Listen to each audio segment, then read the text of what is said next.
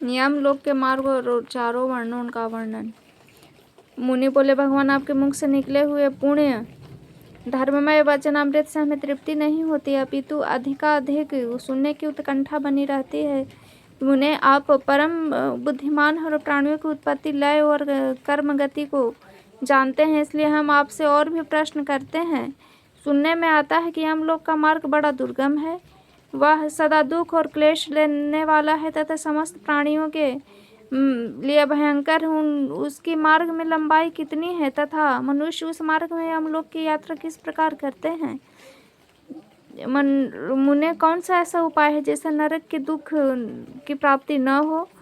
व्यास जी बोले, उत्तम व्रत का पालन करने वाले मुनिवरों, सुनो, यह संसार चक्र प्रवाह रूप से निरंतर चलता रहता है। अब मैं प्राणियों की मृत्यु से लेकर आगे की अवस्थाएं है उसका वर्णन करूंगा। इस प्रसंग में यमलोक के मार्ग का भी निर्णय किया जाएगा। यमलोक मनुष्य लोक में 86,000 योजन का अंतर है। उनका मार्ग तपाए हुए तांबे की भांति पूर्ण तप्त है। प्रत्येक जीव को यमलोक के मार्ग से जाना पड़ता है। पुण्यात्मा पुरुष पुण्यवान लोकों में और नीच पापाचार्य मानव या पापमय लोकों में जाते हैं। यमलोक में 22 नरक है जिनके भीतर पापी मनुष्य को पृथक पृथक यातनाएं दी जाती हैं। उन नरकों के नाम यह है: नरक रौरक रौद्र,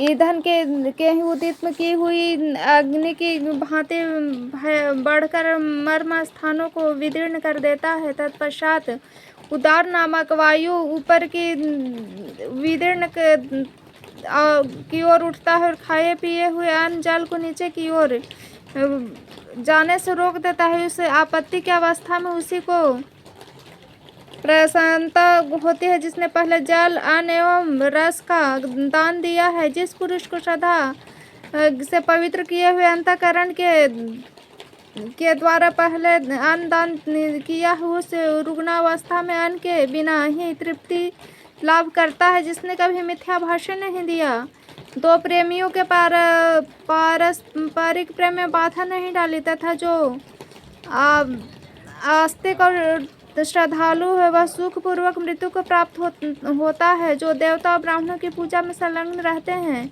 जिसकी निंदा नहीं करते तथा सात्विक, उदार और लज्जाशील होते हैं, ऐसे मनुष्य को मृत्यु के समय कष्ट नहीं होता है। जो कामना से क्रोध से अथवा द्वेष के कारण धर्म का त्याग नहीं करता, शास्त्रोक्त आज्ञा का पालन करने वाला तथा सौम्य होता है, उनकी मृत्यु भी सुख से होती है। जिन्होंने कभी जल का दान नहीं किया, उन मनुष्यों को मृत्यु काल में उपस्थित होने पर अधिक जलन होती है तथा अन्न दान न करने वालों को उस समय भूख का भारी कष्ट भोगना पड़ता है।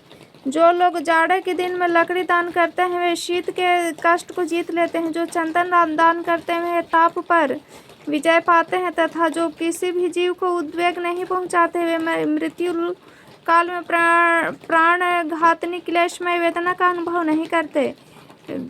ज्ञानदाता पुरुष मोह पर, दीप दान करने वाले अंधकार पर विजय पाते हैं। जो झूठी गवाही देते हैं, झूठ बोलते हैं, अधर्म का उपदेश देते हैं और वेदों की निंदा करते हैं, वे सब लोग मूर्छाग्रस्त होकर मृत्यु को प्राप्त होते हैं। ऐसे लोग मृत्यु के समय यमराज के दुष्ट उसके हाथों में हथौड़े मुदगर लिए आते हैं। वे बड़े भयंकर होते हैं और उनकी देह से दुर्गंध निकलती रहते हैं। उन यमदूतों पर दृष्टि पड़ते हैं, मनुष्य कांप उठता है। भ्राता, माता, पुत्रों का नाम लेकर बार बार चिल्लाने लगता है। उस समय उसकी वाणी स्पष्ट समझ में नहीं आती, एक ही शब्द, एक ही आवाज़ से जान पड़ती है। भय के मारे रोगी की आंखें झपने लगती हैं, उनका मुख सूख जाता है, उसकी सांस ऊपर से को उठने लगती है, दृष्टि की भी शक्ति नहीं नष्ट हो जाती है। फिर वह अत्यंत वेदना से पीड़ित होकर शरीर को छोड़ देता है। वायु के सहारे चलता हुआ वैसे ही दूसरे शरीर को धारण कर लेता है, जो रूप, रंग और अवस्था में पहले शरीर के समान ही था। वह शरीर माता पिता के गर्भ से उत्पन्न नहीं, कर्म जनित होता है, यातना भोगने के लिए ही मिलता है। उसे से यातना भोगनी पड़ती है। तदंतर यमराज के दूत शीघ्र ही उसे दारुण पाशों से बांध लेते हैं। मृत्यु काल आने पर जीव को बड़ी वेदना होती है, जिससे वह अत्यंत व्याकुल होता है। उस समय सब भूतों से उसके शरीर का संबंध टूट जाता है, प्राणवायु कंठ तक आ जाती है और जीव शरीर से निकलते समय जोर जोर से रोता है। माता पिता भाई मामा स्त्री पुत्र मित्र गुरु सब से नाता छूट जाता है।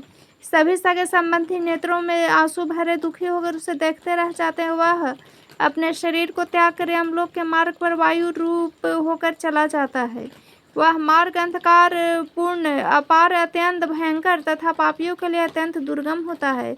यमदूत पाशों में बांधकर उसे खींचते हैं, मुद्गरों से पीटते हुए उस विशाल पथ ले जाते हैं। यमदूतों के अनेक रूप होते हैं, देखने में बड़े डरावने, समस्त प्राणियों को भय पहुंचाने वाले होते हैं। उनके मुख विकराल, नासिका टेढ़ी, आंखें तीन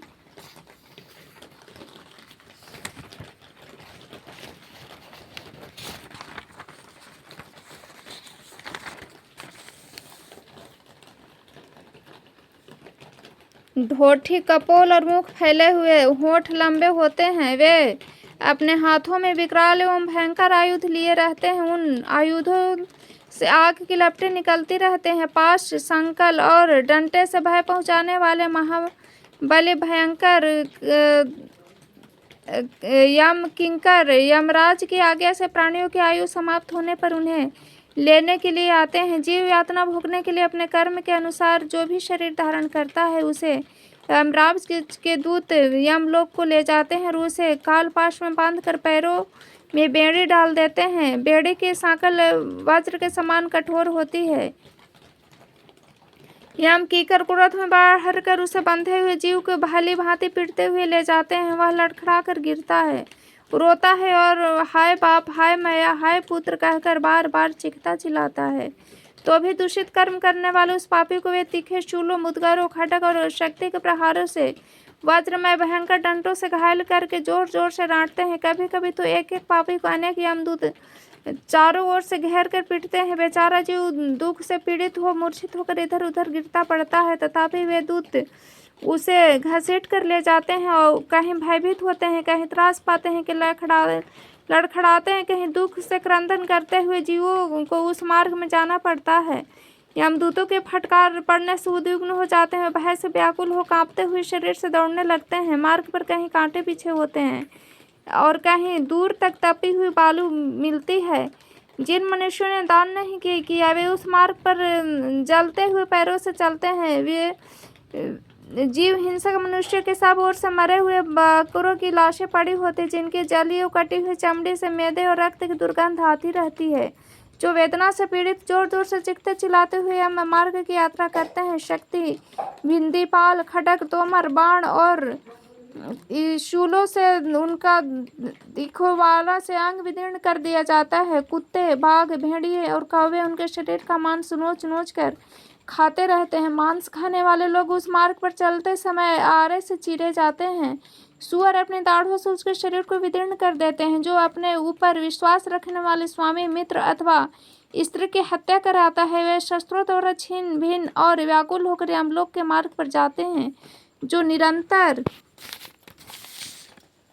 जीवों को मारते हैं, मरवाते हैं, राक्षसों के ग्रास बनकर पथ में यात्रा करते हैं। जो पराई स्त्रियों के वस्त्र उतारते हैं, मरने पर नंगे करके दौड़ते हैं, हम लोग में लाए जाते हैं। जो दुरात्मा पापाचारी अन्य वस्त्र, सोने, घर और खेत का अपहरण करते हैं, उन्हें हम लोग के मार्ग पर पत्थरों की लाठियों और डंडों से मारकर जर्जर कर दिया जाता है। वे अपने अंग प्रत्यंग से प्रचुर रक्त बहाते हुए हम लोग में जाते हैं। जो नराधम नरक की परवाह न करके इस लोक में ब्राह्मण का धन हड़प लेते हैं, उन्हें मारते हैं और गालियां सुनाते हैं। उन्हें सूखे काठ में बांधकर उनकी आंखें फोड़ दी जाती हैं, नाक काट दिए जाते हैं, फिर उसके शरीर में पीप और रक्त पोत दिए जाते हैं तथा काल के समान गिद्ध और गीदड़ नोच नोच कर खाने लगते हैं। इस दशा में भी क्रोध में हुए भयानक यमदूत उन्हें पीटते हैं और चिल्लाते हुए हम लोग के पथ पर अग्रसर होते हैं। इस प्रकार वह मार्ग बड़ा ही दुर्गम है, अग्नि के समान प्रज्वलित उस रौरव जीवों को रुलाने वाला है। कहा गया है कि यह नीची ऊंची भूमि से युक्त होने के कारण मानव मात्र के लिए अगम्य है। तपाए हुए तांबे की भांति है। वहाँ आग की चिंगारी और लपटें दिखाई देती है। यह मार्ग कंटकों में भरा है। शक्ति वज्र आदि आयुधों से व्याप्त है। कष्टप्रद मार्ग निर्दयी यमदूत जीवों को घसीटते हुए ले जाते हैं। उन्हें सब प्रकार से अस्त्र शस्त्र से मारते रहते हैं। इस तरह पापासक्त अन्यायी मनुष्य विवश होकर मार खाते हुए दूरघर्ष दूतों के द्वारा यमलोक में ले जाए जाते हैं। यमदूत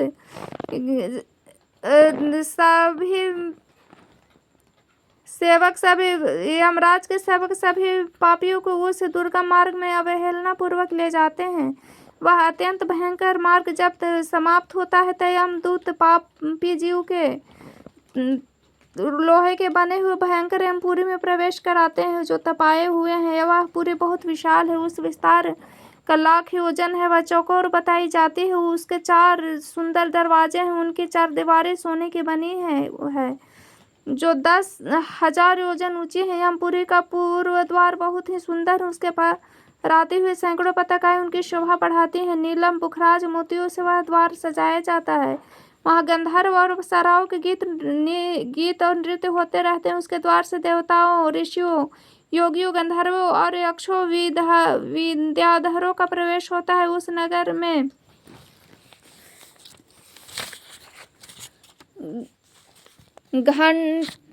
घंटा, छत्र, चमर तथा नाना प्रकार के रत्नों से अलंकृत है। वहाँ वीणा, वेणु की मनोहर ध्वनि गूंजती रहती है। गीत, मंगल गान तथा ऋग्वेद आदि के सुमधुर शब्द होते रहते हैं। वहाँ महर्षियों का समुदाय शोभा पाता है। उस द्वार से उन्हीं पुण्य आत्माओं का प्रवेश होता है जो धर्मज्ञ है, सत्यवादी हैं, जिन्होंने गर्मी में दूसरे को जल पिलाए, सर्दी में अग्नि का सेवन कराया, जो थके मांदे मनुष्यों की सेवा किया करते हैं, सदा प्रिय वचन बोलते हैं, जो दाता, शूर और माता पितरों के भक्त हैं तथा जिन्होंने ब्राह्मणों की सेवा और अतिथियों का पूजन किया, वे भी उत्तम द्वार में ही पुरी में प्रवेश करते हैं। यमपुरी का परिश्रम महाद्वार भांति भांति के रत्नों से विभूषित है। विचित्र विचित्र मणियों की वहाँ सीढ़ियाँ बनी है। देवता उस द्वार की शोभा बढ़ाते रहते हैं। वहीं भेरी, मृदंग और शंख आदि वाद्यों की ध्वनि हुआ करती है। सिद्धों के समुदाय सदा हर्ष में भरकर उस द्वार पर मंगल गान करते हैं।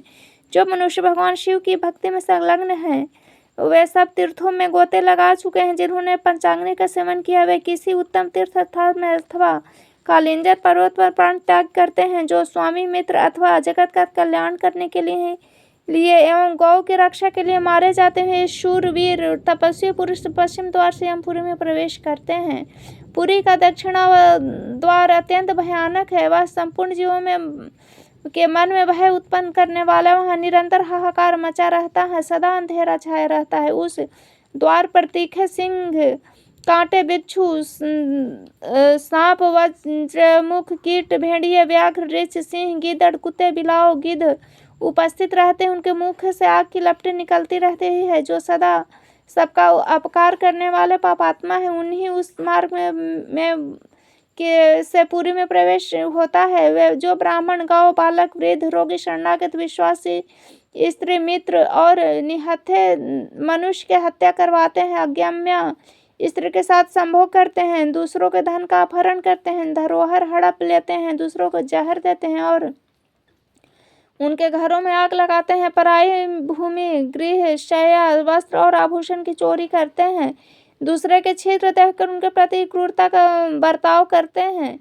सदा झूठ बोलते हैं, ग्राम, नगर तथा राष्ट्र को महान दुख देते हैं, झूठी गवाही देते हैं, कन्या बेचते हैं, अभक्ष्य भक्षण करते हैं, पुत्री और पुत्र वधू के साथ समागम करते हैं, माता पिता को कटु वचन सुनाते हैं तथा अन्य प्रकार के महापातकों में संलग्न रहते हुए सब दक्षिण द्वार में से यमपुरी में प्रवेश करते हैं।